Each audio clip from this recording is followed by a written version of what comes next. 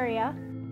The rest of you, Google Docs and having them have their own laptops is they can be at home, and as long as they're connected online, they can be working on the exact same document at the same time.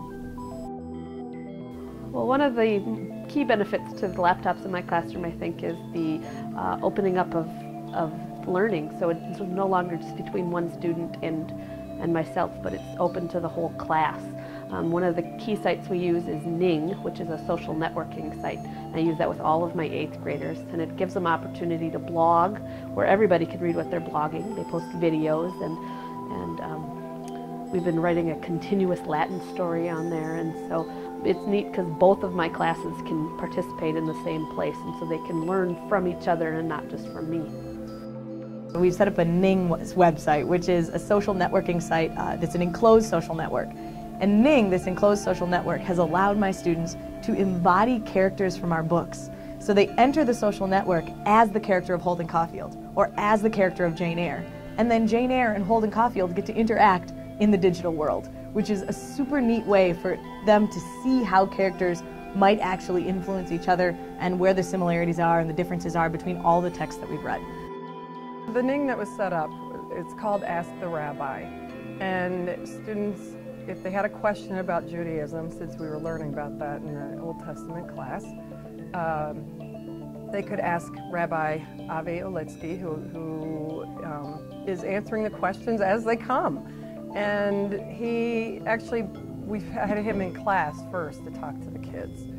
What you used to be to the present, this you can tell now goes from the present. I am, or all the skills that I see kids using with their laptops are definitely transferable. There's incredible collaboration that takes place, especially in the film project, for example, or my creative writing class where students were using Google Docs this year, and writing groups that we normally have in the class take up class time to sit and meet. But by posting their writing to Google Docs and sharing it with their other group members, they can comment on it and give feedback and help students revise before they turn in something for a final grade. So we're going to use this velocity here and that mass there, and that'll give us our answer in what class? Joules.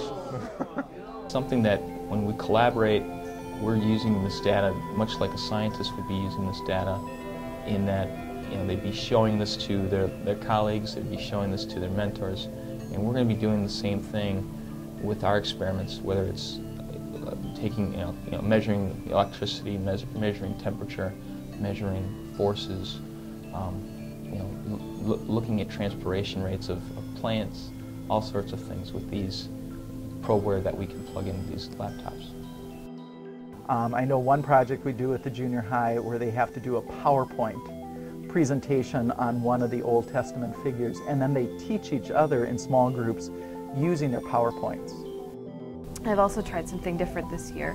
It's a study hour, what we call the study hour, and it's an opportunity for students to meet online the night before a test. So I will post a discussion and have students ask questions to the discussion or post topics that they want to talk about. And then for an hour, the night before a test, we will all meet in that discussion room and talk about whatever questions they have. Students answer each other's questions, and it's become a way for them to not only learn better study habits, but to teach each other and to take an opportunity to talk to each other about the material before the test.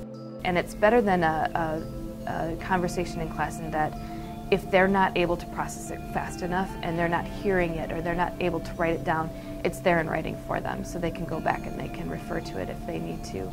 And then when he gets up to the top of the mountain above the waterfall, the Guaranese say, wow, here's the guy that has been enslaving us. And at the beginning of the year, 7th graders did a group project. They completed a group project where they used Google Docs to collaborate and write a newsletter. And then they used a template in Microsoft Word to put all of their individually written articles together to create this newsletter. And the products that the 7th graders turned in were really professional-looking newsletters. When we first got the laptops, Mr. Cave, the 8th grade history teacher, and I decided to phase out our textbook. And so we don't use a textbook anymore in either 7th or 8th grade history. And kids can access better and more up-to-date information online. And they've also learned just some great research skills using the internet through Google searches or accessing different databases to access primary documents and other things for research and history.